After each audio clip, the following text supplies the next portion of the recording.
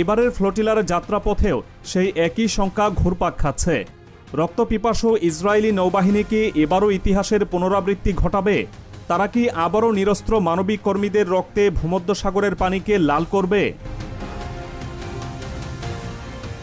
যদিও এবারের পরিস্থিতি ভিন্ন। 2010 সালের পর বিশ্ব অনেক বদলে গেছে। ফিলিস্তিনের পক্ষে, বিশেষ করে গাজার গণহত্যার বিরুদ্ধে বিশ্বজুড়ে যে গণজাগরণ তৈরি হয়েছে তা অভূতপূর্ব।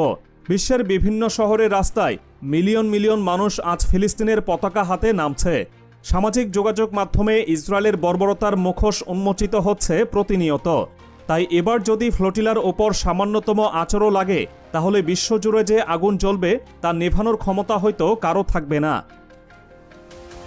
এই ফ্লোটিলা তাই কেবল কয়েকটি জাহাজের সমষ্টি নয়, এটি হয়ে উঠেছে বিশ্ব বিবেকের এক চলমান প্রতিচ্ছবি।